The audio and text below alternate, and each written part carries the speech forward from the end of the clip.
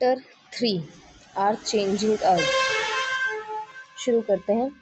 The lithosphere is broken into a number of plates known as the lithospheric plates. You will be surprised to know that these plates move around very slowly, just a few millimeters each year.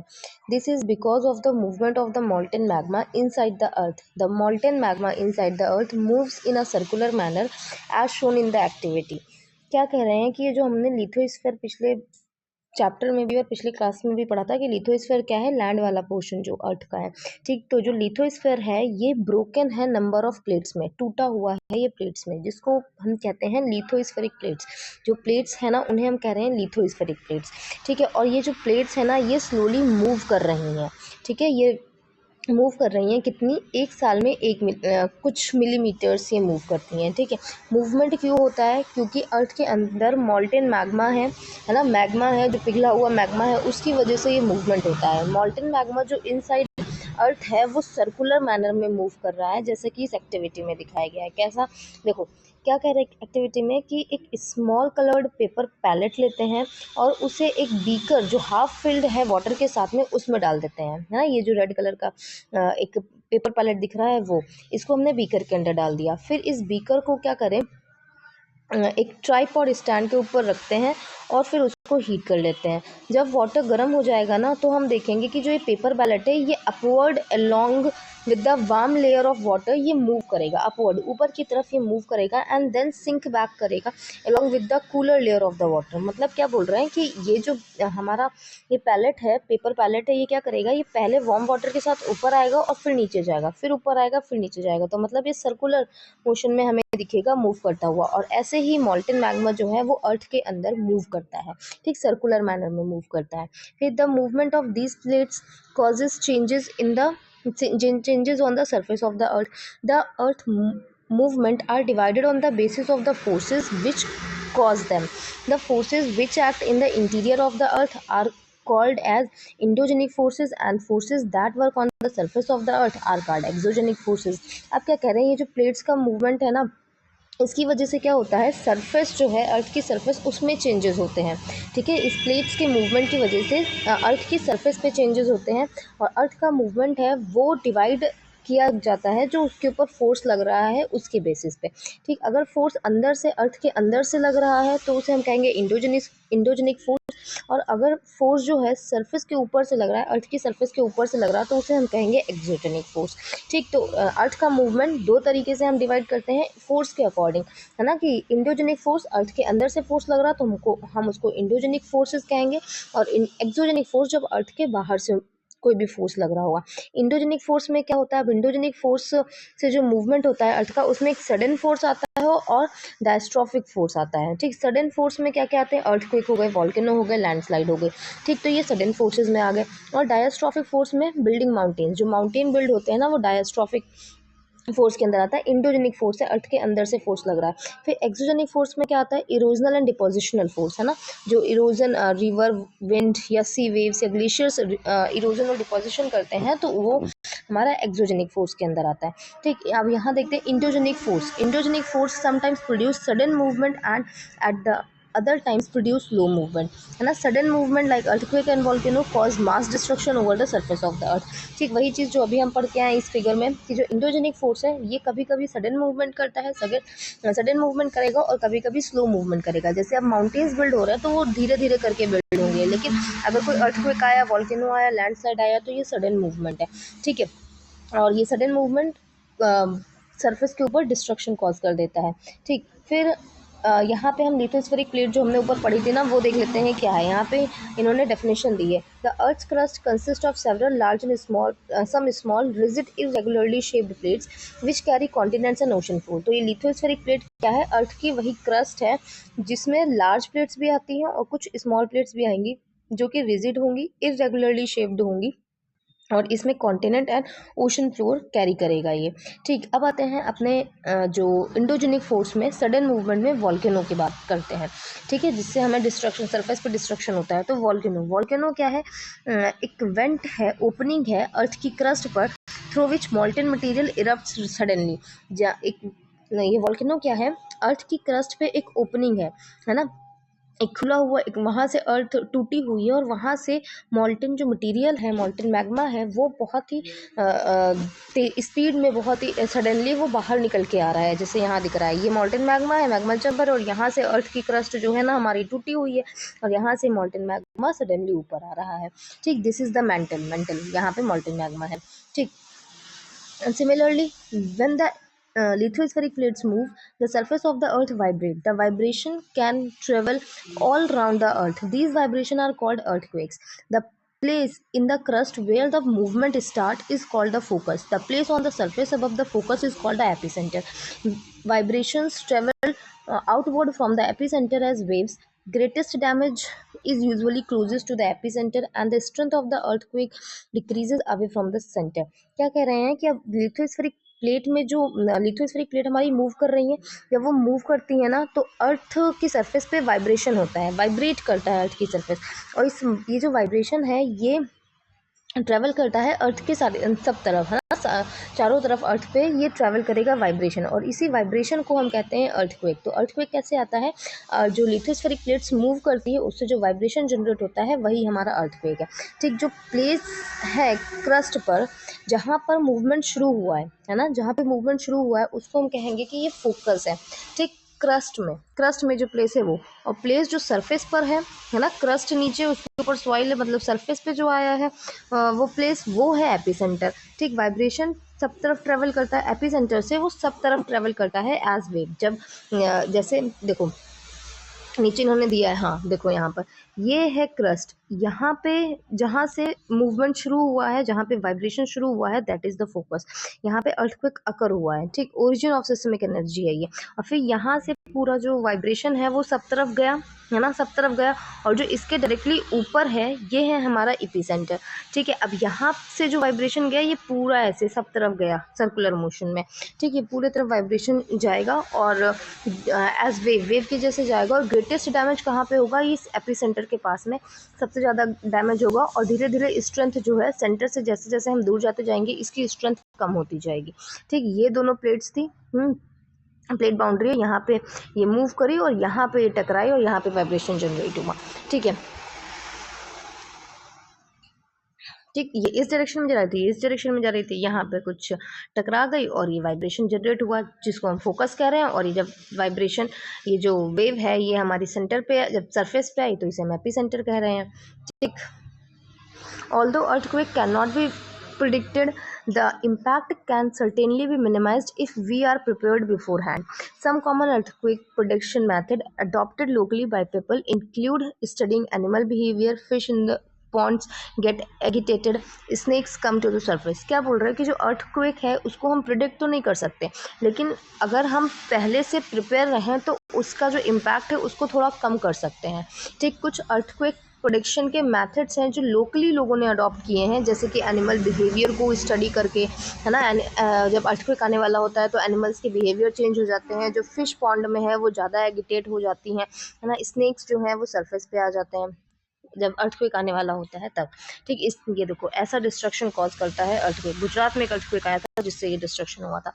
फिर एक case study इन्होंने दी है कि एक massive earthquake आया 6.9 का Richter scale पर, जिसने भुज टाउन को हिट किया। भुज टाउन गुजरात में है, इसको हिट किया कब? 26 जनवरी 2001 को।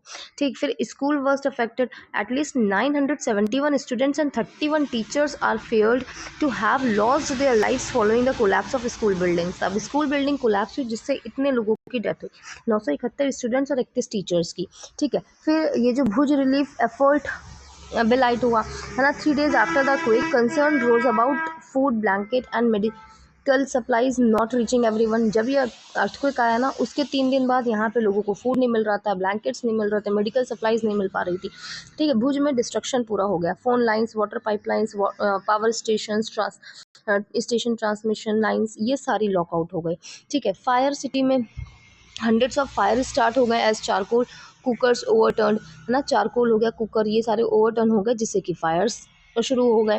फिर इमरजेंसी डिक्लेयर कर दी गई क्विक जोन में, प्रेसिडेंट ने डिक्लेयर किया स्टेट ऑफ इमरजेंसी, सीएम ने अपील किया to the centre, Gujarat appeals for financial help, chief minister Gujarat के थे, उन्होंने अपील किया सेंटर को कि वो डिजास्टर से डील करने में उनकी हेल्प करे। ठीक, तो ये पूरा हुआ जब भुज में अर्थक्वेक आया। ठीक है, जब अर्थक्वेक आया 6.9 का, स्कूल अफेक्ट हुआ, स्कूल बिल्डिंग गिरी, है ना, लोगों को चीज़ें नहीं मिल रही थी, जो फ़ोन लाइंस वगैरह हैं वो सब, जो इंफ्रास्ट्रक्चर था वो डैमेज हो गया, फायर इंसिडेंट्स होने लग गए। फिर प्रेसिडेंट ने स्टेट ऑफ इमरजेंसी डिक्लेयर की, सीएम ने सेंटर को अपील की कि वो हेल्प करे डिजास्टर को डील करने के लिए। ठीक है, अर्थक्वेक मेजर किससे किया जाता है? एक मशीन से जिसका नाम है सिस्मोग्राफ। ठीक है, मैग्नीट्यूड अर्थक्वेक का मेजर करते हैं रिक्टर स्केल से, अर्थक्वेक को मेजर करते हैं सिस्मोग्राफ से, और मैग्नीट्यूड जो है अर्थक्वेक का उसको मेजर करते हैं रिक्टर स्केल पर, है ना। अर्थक्वेक अगर 2 या फिर लेस देन का है तो वो बहुत ही हल्का अर्थक्वेक है। अगर 5 का है, 5 अगर रिक्टर स्केल पर है तो वो डैमेज कर सकता है फ्रॉम थिंग्स फॉलिंग, है ना, मतलब वहाँ पे चीज़ें गिरेंगी और उससे डैमेज हो सकता है। 6 और या फिर उससे ज़्यादा मैग्नीट्यूड का अर्थक्वेक है तो वो बहुत ही स्ट्रॉन्ग है, और अगर 7 मैग्नीट्यूड का अर्थक्वेक है तो मेजर अर्थक्वेक है। हमने देखा यहाँ पे भुज में 6.9 का आया था, मतलब लगभग 7 का अर्थक्वेक आया था, तो एक मेजर अर्थक्वेक आया था। ठीक है, अर्थक्वेक प्रिपेयर्डनेस की बात करें तो where we took shelter during an earthquake. अगर अर्थक्वेक आता है तो उस टाइम पे हम कहाँ शेल्टर ले सकते हैं? सेफ स्पॉट्स क्या होंगे? किचन काउंटर के नीचे, टेबल या डेस्क के नीचे, है ना, इनसाइड कॉर्नर या वॉल के अगेंस्ट में, अगेंस्ट एंड इनसाइड कॉर्नर और वॉल के अगेंस्ट में हम जा सकते हैं। ठीक है, स्टे अवे फ्रॉम, किससे हमें दूर रहना चाहिए? तो फायर प्लेसेस हो गए, एरिया जहाँ पे चिमनीज वगैरह हैं, चिमनीज के अराउंड का एरिया, विंडो जहाँ पे shatter including mirror and picture frame, है ना, मिरर्स पिक्चर फ्रेम है, वहाँ उस वाली विंडो के आसपास नहीं जाना चाहिए। प्रिपेयर्ड किससे रहना चाहिए?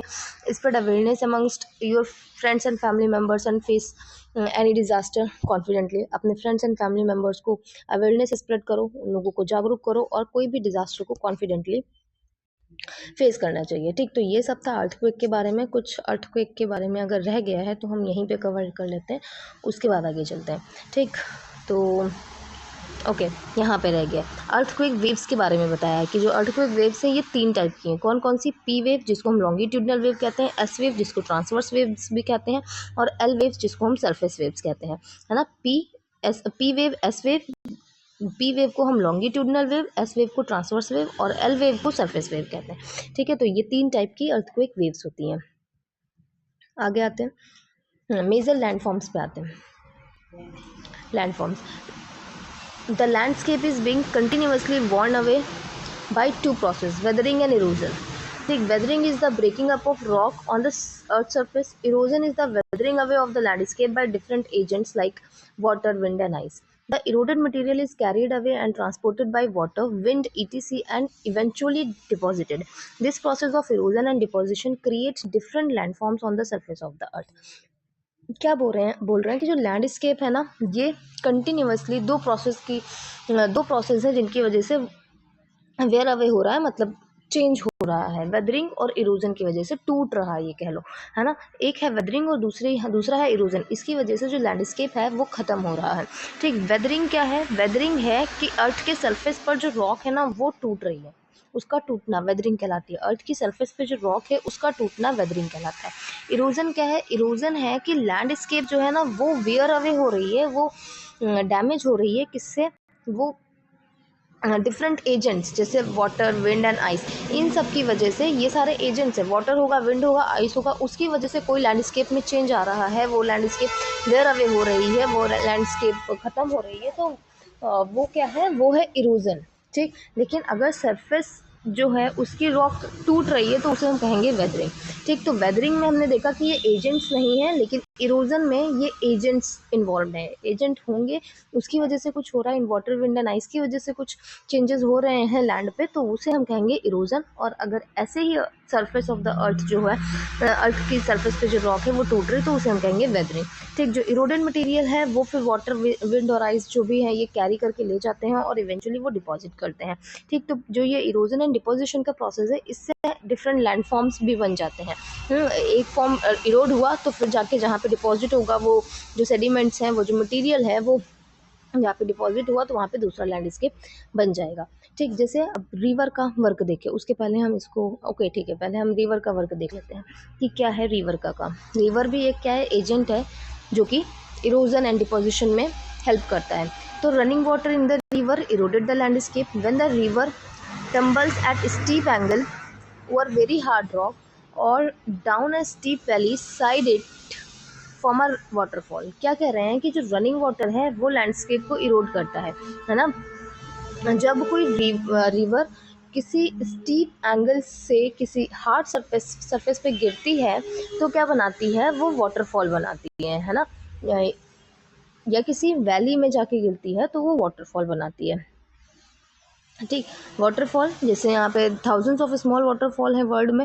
हाईएस्ट वाटरफॉल कौन सा है वर्ल्ड का, तो एंजल फॉल है जो वेनेजुएला साउथ अमेरिका में है। Highest waterfall in the world तो एंजल फॉल्स जो कि वेनेजुएला साउथ अमेरिका में। अदर वाटरफॉल्स में देखें तो नियागारा फॉल जो कि हमारा कनाडा एंड यूएस के बॉर्डर पे लोकेटेड है, Canada US north American countries है। विक्टोरिया फॉल जो कि हमारा अफ्रीका में जाम्बिया और जिम्बाब्वे के बॉर्डर पे है ये वाटरफॉल। ठीक, तो यहाँ पे 3 वाटरफॉल के बारे में पढ़ा।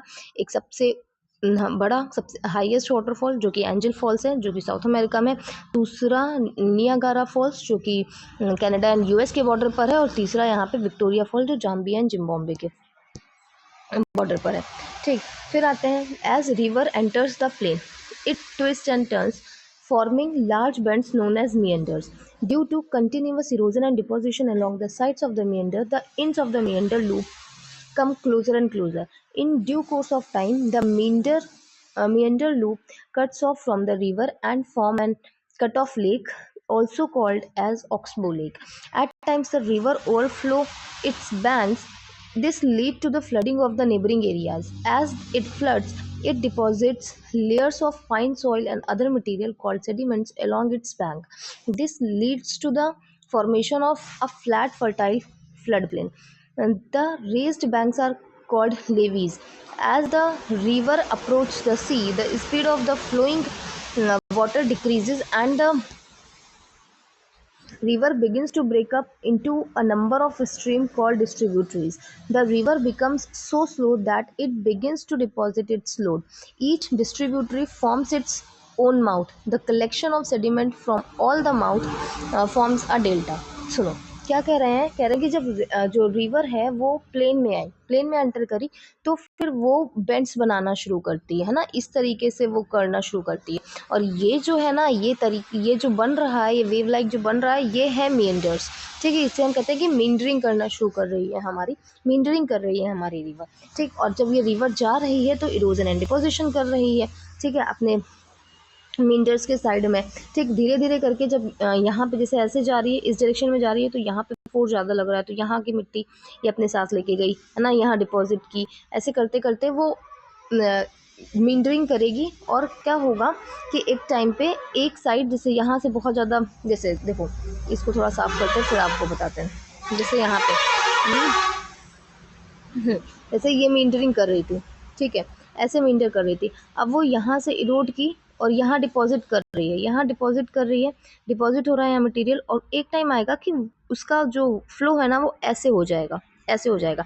ये जो है ये पानी हट जाएगा। तो जब यहाँ पानी हट गया ना, यहाँ पे थोड़ा सा सिल्ट वगैरह डिपॉजिट हो गई है इसके कह लो राइट बैंक पे। ठीक, तो ये जब निकल गया तो ये जो निकल गया है ना हिस्सा, इसे हम कहेंगे कि ये हमारा ऑक्सबो लेक बन गई। ठीक है, जैसे यहाँ पे देखो this is the oxbow lake. पहले जो रिवर थी वो ऐसे जा रही थी, मतलब ऐसे जा रही थी और फिर यहाँ पे उसने सिल्ट डिपॉजिट किया और रिवर का जो कोर्स है वो चेंज हो गया और वो यहाँ से निकल गई और वो पानी वहाँ बच गया, जिससे हम कह देंगे फिर वो ऑक्सबो लेक बन गई। ठीक है, फिर यहाँ पे देखिए क्या होता है कि जो रिवर्स है ना वो ओवरफ्लो कर जाती हैं। ओवरफ्लो करेंगी तो जो नेबरिंग एरियाज़ हैं वहाँ तक पानी जाएगा, फ्लड होगा। फ्लड क्या करेगा, फ्लड जो रिवर में सॉइल है, फाइन सॉइल है, अदर मटेरियल जिसको हम सेडिमेंट्स कह रहे हैं, वो वहाँ पे डिपॉजिट करेगा, जिससे कि फ्लड प्लेन्स बन जाएंगे, है ना। फ्लड प्लेन्स जो होते हैं वो बहुत फर्टाइल होते हैं। ठीक, फिर रिवर के बैंक पे जो रेज्ड प्लेटफॉर्म होता है ना, उसे हम कहेंगे कि ये लेवी है। जो यहाँ पे थोड़ा रेज्ड प्लेटफॉर्म ये बना है ना, ये है लेवी। ये बीच में क्या है, ये पूरा फ्लड प्लेन है, यहाँ तक पानी जाता है जब इसमें पानी ज़्यादा होगा। ठीक, अब रिवर की जो स्पीड है वो कम होती है जब वो सी के पास पहुंचती है। ठीक, जब रिवर सी के पास पहुंचेगी तो उसकी स्पीड कम हो जाएगी और जब स्पीड कम हो जाएगी तो वो बहुत सारे नंबर ऑफ स्ट्रीम्स में टूट जाएगी। जैसे रिवर ऐसे जा रही है, स्पीड में अब इसकी स्पीड कम हुई तो ये बहुत सारे चैनल्स में ऐसे टूट जाएगी। ठीक। तो जो ये टूट गई हैं इनको कहेंगे डिस्ट्रीब्यूटरीज। ठीक है, अब रिवर की स्पीड स्लो हुई तो इसने बहुत सारा लोड जो इसके पास सेडिमेंट था ना वो सारा इसने डिपॉजिट करना शुरू कर दिया। तो जब ये डिपॉजिट करना शुरू कर दिया है तो यहाँ पे जो बना अब ईच डिस्ट्रीब्यूटरी की अपनी एक माउथ बन गई है ना, अपना एक स्ट्रीम बन गई वो, है ना। और ये सारा जो सेडिमेंट यहाँ पे इसने डिपॉजिट किया इससे क्या बना, इससे बना डेल्टा। तो ये मेन रिवर थी, ये इसकी सारी डिस्ट्रीब्यूटरीज है और ये सारे सेडिमेंट्स है जो कि इस रिवर के द्वारा लाए गए हैं और वहाँ डिपॉजिट किया गया। तो ये पूरा सिस्टम क्या बन गया, ये पूरा बन गया डेल्टा। ठीक है, ये तो हो गया रिवर का वर्क। अब आ जाते हैं सी वेव के वर्क पे कि सी वेव कैसे काम करती है। ठीक, तो erosion and deposition of sea waves gives rise to coastal landforms. Sea waves देखो, जब sea wave erosion and deposition करती है ना तो उससे कोस्टल लैंडफॉर्म्स बनते हैं। Sea wave continuously strike at the rock. Sea wave जो है वो रॉक जो कोस्ट पे होगी उसको कंटिन्यूसली उस पर उसको स्टक करती रहेगी, उसको उससे टकराती रहेगी, क्रैक्स डेवलप होते रहेंगे, है ना। Over times they become large and wider. जो क्रैक्स होंगे वो धीरे धीरे करके ओवर टाइम वो लार्ज और वाइडर होते रहेंगे। हॉलो लाइक केव्स बन जाएंगी, है ना, जो कि रॉक पे बन जाएगी। अब रॉक पे कंटिन्यूसली सी वेव जो है वो उस पर टकरा रही हैं, एक टाइम पे उसमें क्रैक डेवलप होगा, धीरे धीरे करके वो क्रैक जो है वो एक हॉलो में कन्वर्ट हो जाएगा। हॉलो में कन्वर्ट हुआ, वो केव दिखने लग गया तो उसे हम कहेंगे कि ये सी केव बन गई, जैसे यहाँ पे दिख रहा है ना, ये सी केव बन गई। तो ये जो कैविटी है ना ये बिगर बड़ी होती रहेंगी, सिर्फ इसका रूफ बचेगा बस, है ना। केव पूरी आर पार हो जाएगी, पीछे वाली दीवार भी खत्म, वो सी वेव वहाँ अंदर तक जाती रही और उसको मारती रही और वो पूरी आर पार हमें पानी दिखने लग गया तो उसे हम कहेंगे कि ये सी आर्क बन गई। ये देखो यहाँ पे सी आर्क बन गई, ठीक, पीछे पानी दिख रहा है। अब क्या होगा, फर्दर इरोजन क्या करेगा, इस रूफ को भी ख़त्म कर देगा, सिर्फ एक वॉल बच जाएगी। तो ये वॉल लाइक फीचर जो होगा इसको हम कहेंगे स्टैक। जैसे ये देखो यहाँ दिख रहा है, अब यहाँ पे वॉल होगी पहले, लेकिन अब सी वेव इतना इसको मार चुकी है कि ये भी खत्म हो गया और यहाँ बच गया सिर्फ स्टैक। ठीक, ये जो steep rocky coast rising almost vertically above sea water, ये सी क्लिफ है। ओके, सी क्लिफ यहाँ पे नहीं दिखा रहे, क्या बोल रहे हैं, steep rocky coast rising almost vertically above the sea water के वर्टिकली जो हमें दिखेगा रॉकी कोस्ट वो क्या होगा, सी क्लिफ होगा। ठीक, the sea waves deposit sediment along the shore forming beach. अब सी वेव डिपॉजिट भी कर रही हैं सेडिमेंट्स को, जो यहाँ से सेडिमेंट से कहीं से भी लेके आया वो कहीं डिपॉजिट कर रही हैं, तो शोर पे डिपॉजिट करेंगी और उससे क्या बनेगा, बीच बनेंगे। ठीक, अब आइस का वर्क देख लेते हैं। हमने क्या देखा, रिवर का वर्क देखा, सी वेव का वर्क देखा, अब आइस का वर्क देखते हैं, ग्लेशियर्स का। ठीक, ग्लेशियर्स क्या है, रिवर ऑफ आइस है जो कि इरोड करती है लैंडस्केप को by bulldozing soil and stones to expose the solid rock below. क्या कर रही हैं, जो ये ग्लेशियर्स हैं, ग्लेशियर्स रिवर्स ऑफ आइस है, ये भी लैंडस्केप को इरोड करती हैं। कैसे, सॉइल को बुलडोज करके या फिर स्टोन्स को और रॉक सरफेस जो सॉलिड रॉक उसके नीचे है उसको एक्सपोज करके। ठीक, glaciers carve out deep hollow there, वहाँ पे डीप हॉलो बनाती हैं glaciers. As the ice melt they get filled up with water and become beautiful lakes in the mountain. The material carried by the glaciers such as rocks big and small, sand, silt gets deposited, these deposits from glacier moraines. क्या कह रहे हैं ये देखो, glaciers भी carry deposit erosion and deposition करता है। ठीक है, ये जो उसके नीचे सॉलिड रॉक है ना उसको एक्सपोज करती है, ये हॉलो बनाती है। ठीक, फिर जब आइस मेल्ट होती है तो वो उसी हॉलो में वाटर जाके फिल होता है ना। जब वाटर फिल होगा तो हमें लेक लाइक दिखेगा जिसे हम ग्लेशियर लेक कहते हैं। ठीक है, और ये जो ग्लेशियर्स हैं ये भी मटेरियल्स कैरी करती हैं, जैसे रॉक्स हो गए बिग या स्मॉल, सैंड, सिल्ट, ये सारा जाके डिपॉजिट करेंगे और ये जाके डिपॉजिट करेंगे तो क्या बनेगा, ग्लेशियर मोरेन बनेगा। ठीक, अब आते हैं विंड के वर्क पे। ठीक, तो have you ever visited a desert, कह रहे डेजर्ट देखा है कभी, यहाँ से कुछ सैंड ड्यून्स के पिक्चर्स को कलेक्ट करना है। ठीक, active agent, an active agent of erosion and deposition in the desert is, desert में जो एक्टिव एजेंट है इरोजन एंड डिपोजिशन का वो कौन है, विंड। सब अलग अलग जगह पे ना, जैसे यहाँ पे अगर ग्लेशियर है, यहाँ पे बहुत ठंडा एरिया है तो वहाँ पे ग्लेशियर्स होंगे। ये जो हमारे एजेंट हैं, जहाँ पानी है सी में देखे तो सी वेव्स होंगी, जहाँ पे रिवर है तो वहाँ पे रिवर होगा। तो यहाँ पे डेजर्ट में कौन है, डेजर्ट में विंड है। ठीक, डेजर्ट में देखें the shape of a mushroom, यहाँ पे डेजर्ट में अगर देखो तो हमें मशरूम के शेप में रॉक्स दिखती हैं। ठीक है, कुछ इस टाइप की रॉक दिखेंगी कि नीचे से ऐसे और ऊपर कुछ इस टाइप की रॉक दिखेंगी। ठीक, तो इसे हम कहते हैं ये मशरूम रॉक है। विंड्स जो है इसके लोअर सेक्शन को इरोड कर चुकी। पहले ये रॉक कुछ ऐसी थी, ठीक, सब तरफ से विंड आई और ये सारे रीजन को इसने इरोड कर दिया, सिर्फ इतना बचा और ऊपर लग रहा है रॉक इस नैरो एक पिलर के ऊपर लटकी हुई है, ठीक, जिसे मशरूम रॉक कह देते हैं। ठीक है, ये such rock has narrower base and wider top, narrower base and wider top. When the wind blows it lift and transport sand from one place to another. ठीक, अब जब विंड ब्लो करेगी तो ये जो सैंड है उसको एक प्लेस से दूसरी प्लेस पे ले जाके ट्रांसपोर्ट करेगी, है ना, ले जाके डिपॉजिट करेगी। It stops blowing, sand falls and gets deposited in low hills like structure. देखो, जब विंड बह रही तो सैंड जा रही, जब विंड रुक गई बाई चांस तो वहाँ पे सैंड डिपॉजिट, वहीं जगह सैंड डिपॉजिट हो जाएगी, लो हिल लाइक फॉर्म, हिल लाइक स्ट्रक्चर बन जाएगा जिसे हम सैंड ड्यून्स कहेंगे। जैसे ये देखो, ये जो हमें स्ट्रक्चर दिख रहा है ना, this is the sand dune, ये ऊंचा नीचा स्ट्रक्चर जो दिख रहा। When the grains of sand are very fine and light, जो विंड है वो उसको ज़्यादा दूर तक ले जाएगी। अगर सैंड बहुत ही हल्की है, बहुत ही फाइन है, तो विंड ज़्यादा दूर तक उसे ले जा पाएगी, है ना। When such sand is deposited in large area तो उससे लॉसेस बन जाते हैं। ठीक, अगर ये सैंड है, ऐसी सैंड बहुत फाइन सैंड, वो लार्ज एरिया में डिपॉजिट होगी तो उससे लॉस बन जाएंगे। लार्ज डिपॉजिट्स ऑफ लॉस जो हैं वो हमें चाइना में मिलते हैं। ठीक, तो यहाँ पे हमने ये जो हमारे एजेंट्स हैं इनके वर्क देखे, इनसे कौन कौन से किस टाइप के लैंड फॉर्म्स बनते हैं वो हमने देखे। ठीक, तो हमने देखे अपने इंडोजेनिक फोर्स की वजह से क्या होता है और एक्सोजेनिक फोर्स की वजह से क्या लैंड फॉर्म्स बनते हैं, वो सारी चीज़ें हमने इस चैप्टर में देखी। और ये रही एक्सरसाइज, ट्राई करिएगा इसे, एंड अगर अच्छा लगा है तो please subscribe and support me. Thank you so much.